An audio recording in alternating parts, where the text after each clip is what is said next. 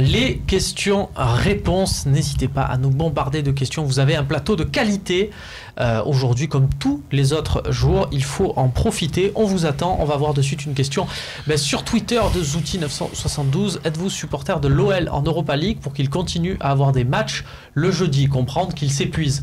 Tiens, Babou, est-ce que tu as regardé un peu le Lyon-Villarreal, là, le but de Memphis Depay, tout ça? Non, pas du tout. T'as fait du coup de la Saint-Valentin, deuxième. T'as fait la Saint-Valentin de l'année prochaine pour être tranquille. Je regarde pas beaucoup, en Europa League surtout les matchs de Lyon. Mais je comprends le fait qu'ils continuent à exister dans cette compétition fait que oui, ça risque de les fatiguer un petit peu, mais en même temps ils sont dans des spirales un petit peu négatives. Et ça ferait pas de mal non plus que ça continue. Moi je me le suis tapé le match.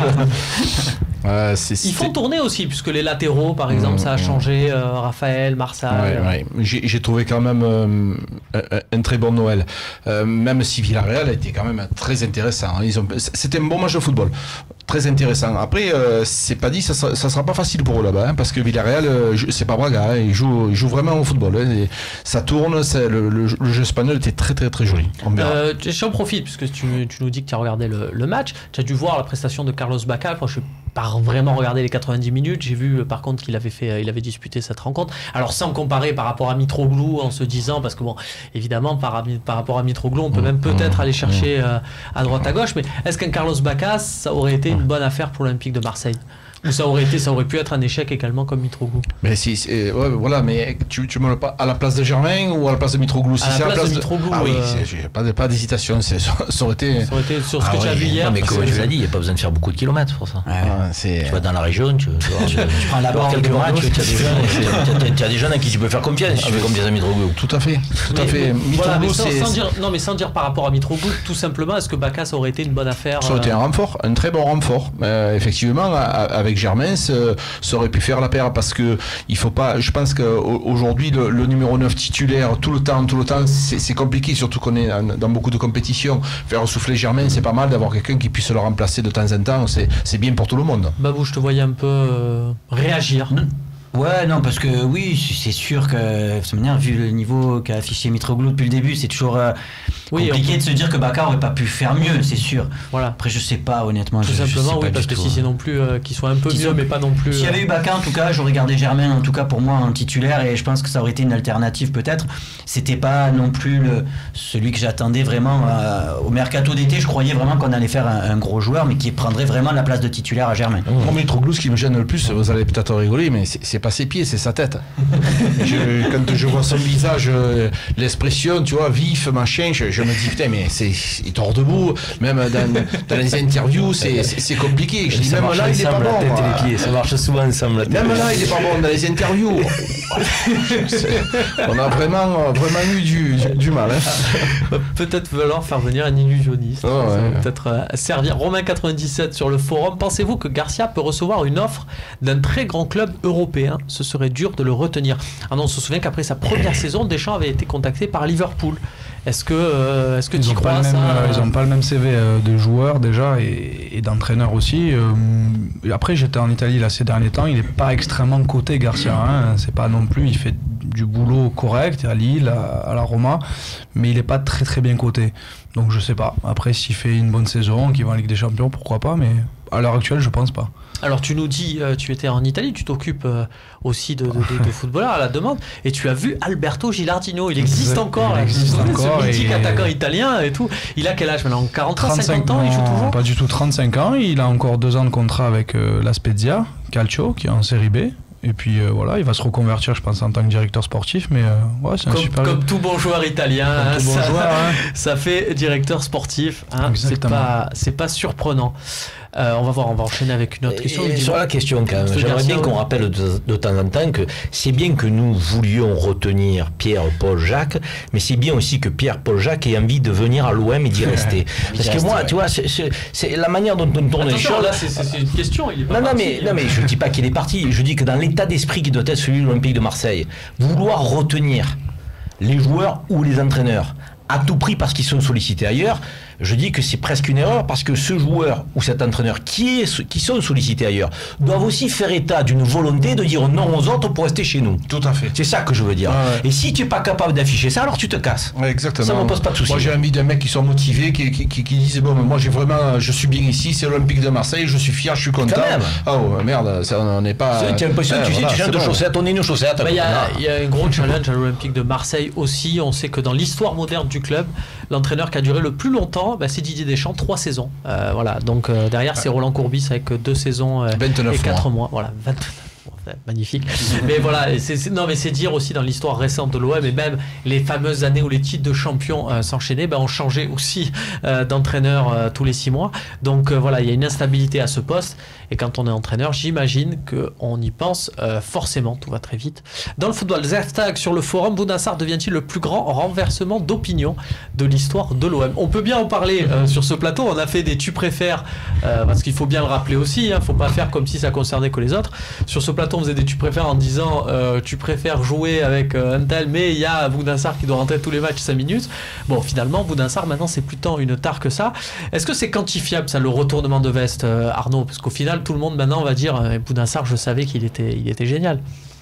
Non, il avait des qualités. Moi, je connaissais un petit peu parce que j'étais avec le FC Metz à l'époque. Donc, moi, je pensais que c'était un bon joueur de base. Après, c'est vrai qu'offensivement, il est bien meilleur quand il part de derrière.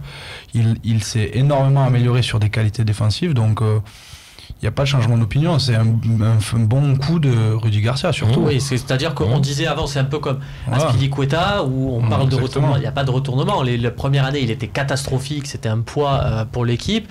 Et puis, à partir du moment où il est devenu bon, les gens ne vont pas, par fierté, parce qu'ils ont dit ce match-là, il est nul, dire voilà, Bouna Sarr est nul toute sa vie. J'étais surpris par sa VMA. J'ai entendu qu'il a la meilleure VMA de tout l'effectif. Pas VMA pure, mais c'est vitesse, je crois que sur 20-30 mètres dans le reportage, c'était. Après, VMA, certainement dans la capacité de répétition d'effort, il est très élevé, je pense, mais c'est surtout dans les qualités de vitesse, de sprint, où c'était le meilleur. L'explosivité aussi, parce qu'il a une détente assez phénoménale, une détente verticale. Ses qualités de force-vitesse, il était assez impressionnant, malgré un petit peu un gabarit assez frêle. Mais j'aurais compris qu'on parle de retournement de veste si le joueur au même poste, il se soit métamorphosé.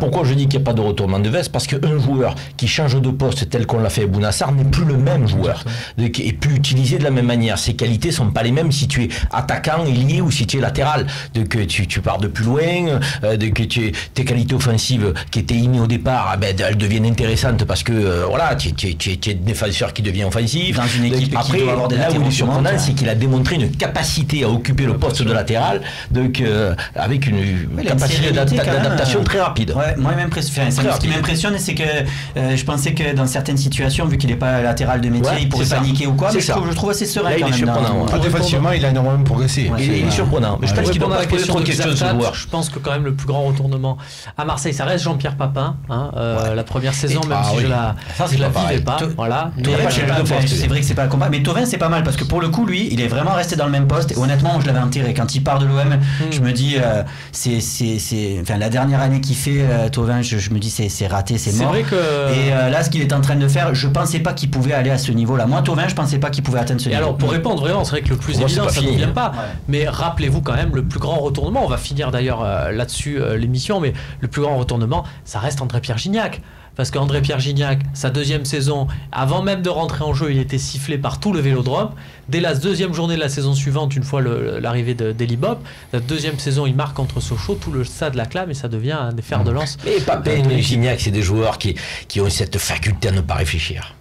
Parfois, se poser trop de questions est un handicap qui est colossal. Un joueur qui se pose pas de... Mais oui, non mais c'est vrai. Non mais attends, je veux dire, le psychologique en football, il est capital. Le type, il se fait insulter ou il se fait adorer, il se pose pas de questions, il rentre, il frappe angle fermé, et il te fait la reprise de volée, elle va 10 000 km dessus, puis elle va en lucarne. C'est le même état d'esprit. Ces garçons, c'est leur mental qui faisait leur force, Papin et Gignac. C'est leur mental. Notons pour compléter ce podium des renversements de situation, le regretté Fernand Dao, qui sa première saison avait été un attaquant un peu mystère, et on en avait fait finalement un 9,5 avec Alain Perrin. Il avait été éblouissant, métamorphosé à ce poste-là, voilà.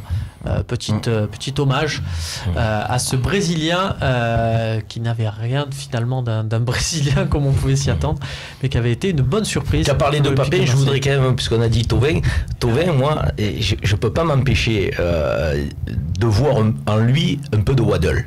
Ah bah ouais, ça m'a fait plaisir. Il y a quelque chose. Je ne peux pas m'en empêcher. Je veux dire, cet art du contre-pied, donc de partir, tu sais, et il a un jeu qui est capable de casser le défenseur. Donc, il paraît pas rapide, mais pourtant il désarçonne. Tu vois, comme Waddle le faisait, t'as l'impression qu'ils vont pas vite, mais il désarçonne. Tu disais toujours que le mec avait besoin de quelques séances de kiné quand il jouait contre Waddle. Mais Thauvin est en train de démontrer la même chose. Anecdote, on verra si Thauvin serait capable de faire ça. Waddle qui un jour, alors qu'on parlait beaucoup d'un latéral, d'ailleurs c'est Bordeaux, à Bordeaux, qui s'appelait Lizarazu, qui commençait à faire un peu parler de lui. Waddle avait dit, vous allez voir, je vous fais 5 comme ça avec son français primaire, je vais le mettre 5 fois à terre. Et il avait fait des feintes sur Lizarazu qui était tombé par terre, et il disait à chaque fois 1, 2, 3, 4, 5. Voilà, c'était pour un Bordeaux OM. On espère voir des scènes similaires pour le OM Bordeaux de dimanche soir. Voilà, on se retrouvera le lendemain pour un nouveau talk show. Merci à tous de nous avoir suivis. Bye bye.